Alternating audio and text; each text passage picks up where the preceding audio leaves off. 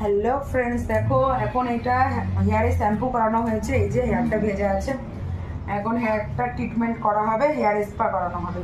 তাই এখন সেকশনটা করছি, সেটাই ভাবলাম তোমাদের কাছে একটু শেয়ার করি। মাত্র সোজা করো, সেটাই ভাবলাম তোমাদেরকে একটু শেয়ার করি। দেখো হেয়ারটা কত সুন্দর, লং হেয়ার আছে, আর ক্লায়েন্টটাও খুব সুন্দর, ভালো।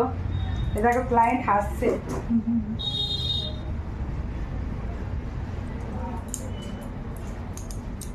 দেখো সেটাই ভাবলাম, সেকশন ক্লিপ লাগিয়ে দিলাম হেয়ারে।